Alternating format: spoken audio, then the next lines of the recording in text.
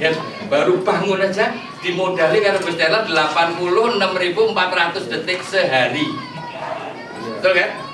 Kan bedanya bagaimana memanfaatkan detik-detik ini tadi. Sing tangi jam 5, tangi jam 7. Ya beda tentunya. Ada yang tanginya jam 2 bengi. Ya kan? Disiplinnya tadi. Ya kan? Dodolan kawaran terus.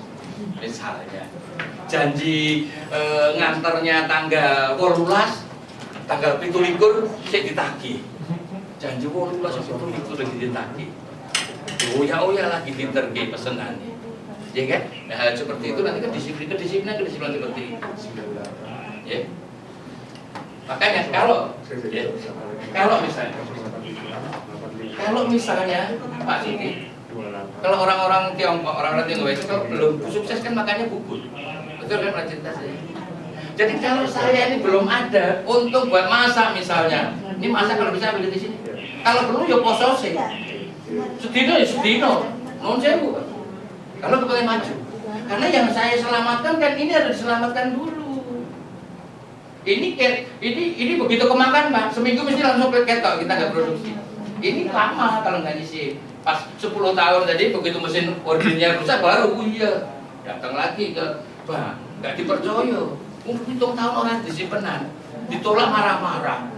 Bang ini sih pelit amat, disalahin Bang. Karena Bang selalu dalam 10 tahun perkembangannya apa? Paham sampai di sini Bapak Ibu? Monggo.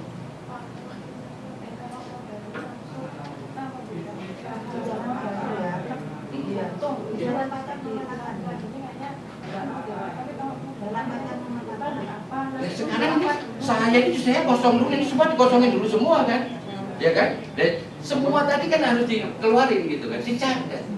Saya kemarin, iya, sekarang tadi 2 juta nih Pak. Saya cuman misalnya, punyanya cuma 200.000 dah, 200.000 saya wes. Padahal sebenarnya kan 1 juta, ya kan? Saya nanti lama-lama akan saya siapkan loh. Jangan sampai tidak berkembang ininya nanti modalnya. Pas sampean kepengen jualan 1.000 anyaman tadi sebulan, kalau pas nanti dipesan 1.000 kan juga nggak punya kan. Akhirnya utang, akhirnya kena bunga, tapi utangnya rentenir lagi. Betul ya? Makanya ini kita harus selalu untuk yang pertama, kalau kita kepengen bertahan usahanya, ini minimal harus selalu tetap. Kalau pengen besar, ini yang dibesarkan duluan. Terus ini, jangan sampai kita modalnya besar, karyawannya lagi ditambah, Pak. Padahal karyawannya itu paling sehari itu cuma 20. Pengennya setino saya besok, setino 100 nih misalnya. Karyawannya diperes, kudu iso loh, kudu nambah biaya karyawan. Oh, saya harus nambah karyawan lagi, ini yang diketekin nanti kan. Aja. Monggo. Kalau misalnya, sekarang kan keuntungan nih. Saya katakan terus, ternyata keuntungannya udah segini nih. Saya mau membangun usaha. Saya tambahin dong, ini baru 300.000. Tak tambahin deh, 200 tak masukkan sini. Kalau bisa 100 tak masukkan sini untuk nanti kalau gaji karyawan tadi. Atau saya untuk beli peralatan. Saya kepengen guntingnya nambah lagi. Oh, tak beli untuk gunting dong. Kan gitu.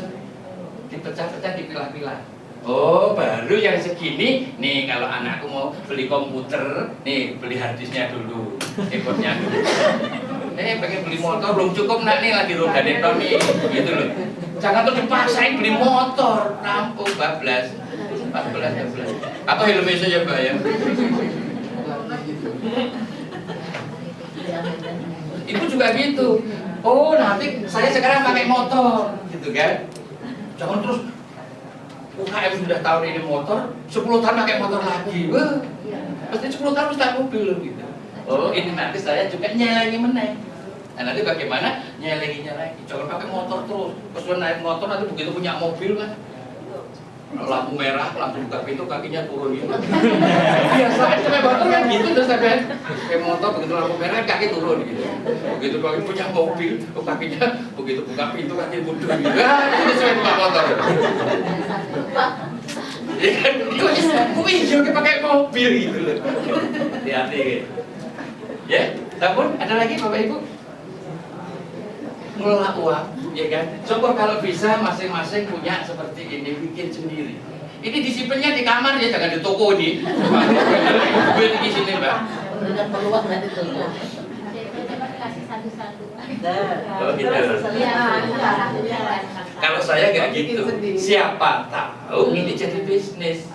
Yang bagian jahit udah aku yang bikin, saya yang nyablon, sampai rego piro 20 tak sablon 5.000, nek arep tuku koncone 20.000 kan itu order, Pak.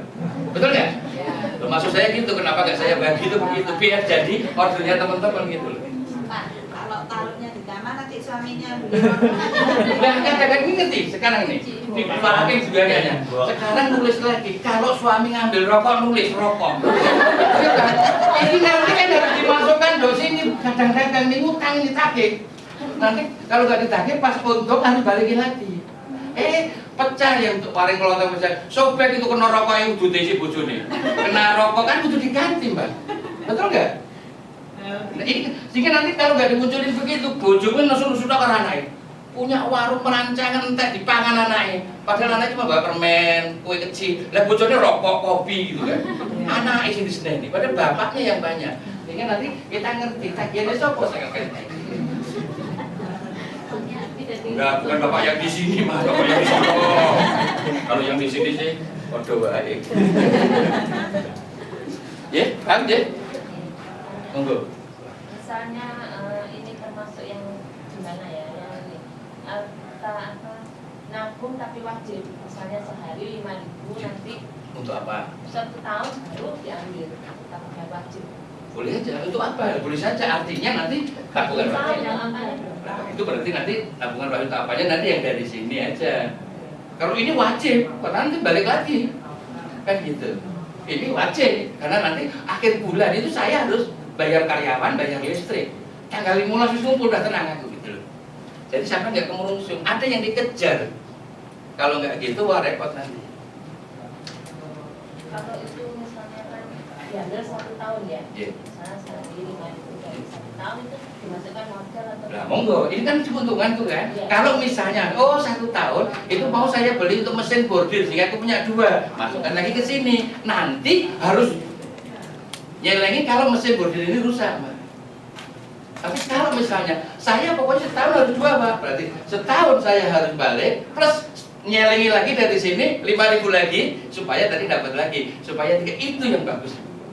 Saya paksa nyelengin berapa, tapi selain nyelengi ini saya juga harus yang kemarin jangan kalau rusak, jangan kalau misalnya nyelengi tadi 5.000 tadi hanya untuk ganti, ya di sini berarti. Tapi kalau ini sudah, ini ada supaya berkembang. Oh lebih bagus lagi.